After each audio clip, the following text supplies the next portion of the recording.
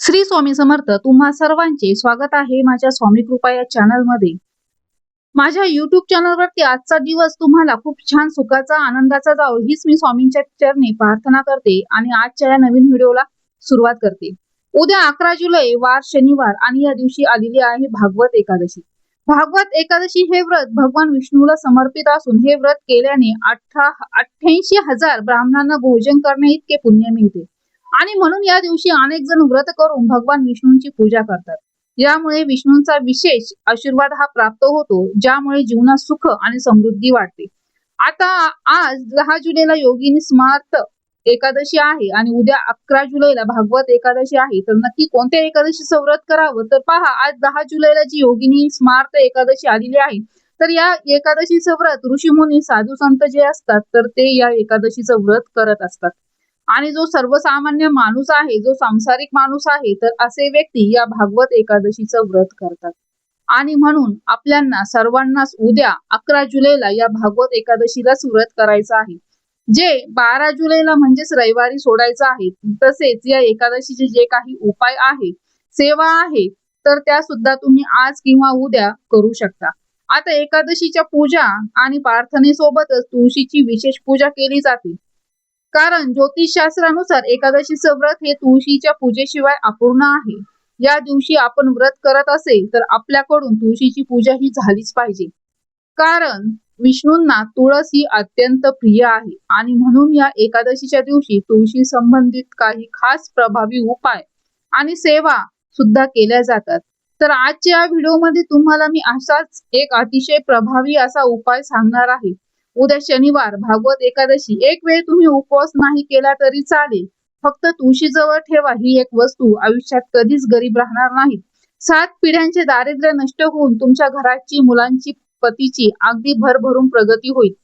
भगवान विष्णूंचा कृपा आशीर्वाद हा प्राप्त होईल. त्यांच्या कृपेने जीवनातील सर्व शत्रू, अडचणी, कर्ज कायमचे दूर होईल आणि तुमच्या मनातील प्रत्येक इच्छा, मनोकामना ही पूर्ण होईल. तर अशी कोणती वस्तू तुळशीजवळ ठेवायची आहे, तर हा उपाय कसा करायचा याबद्दलची संपूर्ण माहिती मी या व्हिडिओमध्ये तुमच्या बरोबर शेअर करणार आहे. त्यामुळे हा व्हिडिओ स्किप न करता शेवटपर्यंत नक्की पहा आणि चॅनलवरती नवीन असाल तर सबस्क्राईब करा.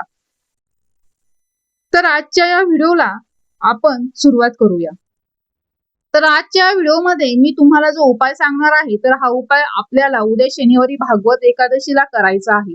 सकाळी किंवा संध्याकाळी हा उपाय तुम्ही करू शकता. शक्य असेल तर सकाळी 9:30च्या अगोदर हा उपाय करा आणि जर सकाळी नाही शक्य झाले तर सायंकाळी दिवे लावण्याची जी वेळ असते 6 वाजल्यापासून ते 9:30 वाजेपर्यंत, तर या वेळेमध्ये सुद्धा तुम्ही हा उपाय करू शकता. कारण की सकाळची आणि संध्याकाळची ही जी वेळ असते ना, ती आपल्या घरात लक्ष्मी येण्याची वेळ असते आणि तुळशीला सुद्धा साक्षात लक्ष्मीचं रूप मानलं जातं आणि म्हणून हा उपाय सकाळी किंवा संध्याकाळी करायचा आहे. अगदी दुपारी 10-11 वाजता करायचा नाही. जो उपाय मी तुमच्या सोबत शेअर करणार आहे, तर हा अत्यंत प्रभावी असा उपाय आहे. हा उपाय जर तुम्ही केला तर नक्कीच तुमच्या आयुष्यातील अनेक समस्या ज्या आहेत तर त्या दूर होतील. आपल्या हिंदू धर्मात तुळशीला अत्यंत पवित्र आणि पूजनीय मानलं जाते.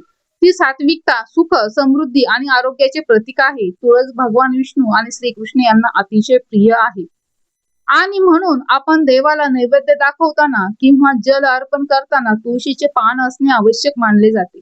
असे म्हटले जाते की तुळशीशिवाय श्रीहरींची पूजा पूर्ण होत नाही आणि एकादशी तिथी ही श्रीहरींना समर्पित आहे आणि म्हणून या दिवशी तुळशी संबंधित काही खास उपाय केले जातात. त्या उपायांचा आपल्याला 100% फळ प्राप्त होतं. ज्योतिषशास्त्रानुसार ज्या घरात तुळशीचे रोप असते तिथे सकारात्मक ऊर्जा राहते आणि वास्तुदोष दूर होतो. सकाळी आणि संध्याकाळी तुळशीजवळ दिवा लावल्याने घरातील दुःख आणि संकटे दूर होतात आणि एकादशीच्या दिवशी तुळशीला काही खास वस्तू अर्पण केल्याने आपल्या सर्व इच्छा, मनोकामना या परिपूर्ण होतात आणि म्हणून जर तुमच्या घरामध्ये सतत पैशांच्या आर्थिक अडचणी येत असतील, तुम्ही अगदी प्रामाणिकपणे कष्ट, मेहनत, तडजोड करत आहे, पण तरीही तुमच्या कष्टाला आणि मेहनतीला हवं तसं यश मिळत नसेल आणि म्हणून तुमच्याकडे पैसा येत नसेल किंवा तुम्ही कष्टातून जो काही पैसा कमवतात त्यामध्ये वाढ होत नसेल आणि आलेला पैसा हा कोणत्याही ना कोणत्या कारणाने घरातून निघून जात असेल आणि सतत तुम्हाला पैशांच्या अडचणी येत असतील, तर हा उपाय तुम्हाला करायचाच आहे. कारण धनप्राप्तीसाठी आणि लक्ष्मी प्राप्तीसाठी हा उपाय खूप जास्त प्रभावी मानला जातो। त्याचबरोबर जर तुम्हाला कोणत्याही कामामध्ये यश मिळत नसेल, तुमची रखडलेली कामे पूर्ण होत नसेल, तर हा उपाय केल्याने नक्कीच तुम्हाला प्रत्येक कामात यश मिळेल। तसेच तुमच्या सर्व इच्छा मनोकामना या देखील पूर्ण होतील आणि तुमच्या घराची, मुलांची, तुमची अगदी भरभरून प्रगती होईल। त्याचबरोबर तुमच्या जीवनामध्ये काही संकट, दुःख, अडचणी असतील किंवा शत्रूचा त्रास तुम्हाला होत असेल, तर यासारख्या समस्या सुद्धा या उपायाने दूर होतात। आता उपाय करण्यासाठी उद्या सकाळी लवकर उठायचं आहे, स्वच्छ स्नान करायचं आहे, अंघोळ करताना सुद्धा एक तुळशीपत्र अंघोळीच्या पाण्यामध्ये आवर्जून टाकावं। आता हे तुळशीपत्र आज किंवा उद्या तोडता येणार नाही, कारण दोन्ही दिवशी एकादशी आहे आणि एकादशीच्या तिथीवरती तुळशीला स्पर्शही केला जात नाही आणि तुळशीची पानं सुद्धा तोडली जात नाही। म्हणून तुळशीपाशी खालीच गळून गेलेली पडलेली पानं असतील तर ते तुम्ही घेऊन अंघोळीच्या पाण्यामध्ये टाकू शकता किंवा जिथे कुठे पूजा साहित्य मिळते तिथे ते सुद्धा तुळशीच्या मंजिरींची, तुळशीची पानं सुद्धा विकायला असतात, तिथून तुम्ही आणू शकतात। या दिवशी तुळशीपत्र घालून स्नान केल्याने भगवान विष्णू आणि माता लक्ष्मी यांचा आशीर्वाद हा प्राप्त होतो। स्नान करून झाल्यानंतर देवघरांमध्ये भगवान विष्णूंची मूर्ती असेल किंवा बाळकृष्णांची मूर्ती असेल तर त्या मूर्तीवरती अभिषेक नक्की करावा। गाईचं कच्चं दूध घ्या, त्यामध्ये तुळशीच्या मंजिरी मिक्स करून ते दूध भगवान विष्णूंना अर्पण करा। जर असा अभिषेक जर तुम्ही या भागवत एकादशीला केला तर तुमची आर्थिक स्थिती सुधारते, अशी धार्मिक मान्यता आहे। यानंतर विष्णूंना पिवळी फुलं, तुळशीपत्र अर्पण करून धूप, दीप, अगरबत्ती लावून घरातील वातावरण हे प्रसन्न करायचं आणि ओम नमो भगवते वासुदेवाय नमः या मंत्राचा 108 वेळा जप करायचा आहे आणि यानंतर लगेच तुम्ही हा उपाय केला तरीही चालेल किंवा संध्याकाळी देखील करू शकता।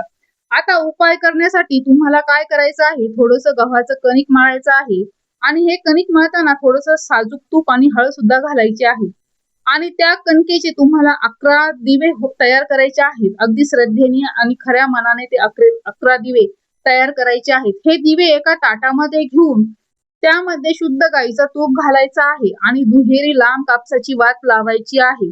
वात करताना त्याला हळद कुंकू लावून ती लाल पिवळी बनवा किंवा तुमच्याकडे जे कलाव्याचा धागा असतो त्या धाग्याची वात तुम्ही लावली तरी चालेल किंवा कापसाची वात घेऊन तिला हळदी कुंकू लावून लाल पिवळी करून ती वात त्या दिव्यामध्ये लावायची आहे। यानंतर हे दिवे तुम्हाला प्रज्वलित करायचे आहे।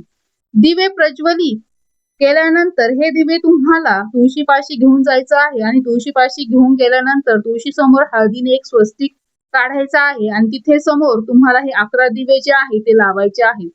तिथे हे 11 दिवे लावल्यानंतर त्या दिव्यांना हळदी कुंकू सुद्धा लावायचं आहे, तुळशीला सुद्धा हळदी कुंकू लावायचं आहे आणि तिथेच बसून तुम्हाला तुळशी मातेची कथा वाचायची आहे। तुळशी मातेची कथा ही तुम्हाला गुगल वरती भेटून जाईल, तिथून सर्च करा, तिथे समोर बसून तुळशी मातेची कथा वाचायची आहे आणि 1 वेळा विष्णू सहस्रनामाचं पठण करायचं आहे। यानंतर दोन्ही हात जोडून तुमची इच्छित मनोकामना व्यक्त करायच्या आहेत आणि तुळशीला स्पर्श न होता 11 प्रदक्षिणा करायच्या आहेत। प्रदक्षिणा करत असताना ओम नमो भगवते वासुदेवाय नमः या मंत्राचा जप करायचा आहे। हा उपाय एकादशीला केल्याने करिअर मधील अडथळे दूर होतात, जीवनातील दुःख, संकट, अडचणी कमी होऊन सर्व इच्छा मनोकामना ह्या देखील पूर्ण होतात। तुळशीमध्ये लक्ष्मीचा वास असतो आणि हा उपाय केल्याने देवी लक्ष्मी प्रसन्न होते आणि तिचा आशीर्वाद मिळत असतो, ज्यामुळे आपल्या घरात सुख समृद्धी सदैव येते।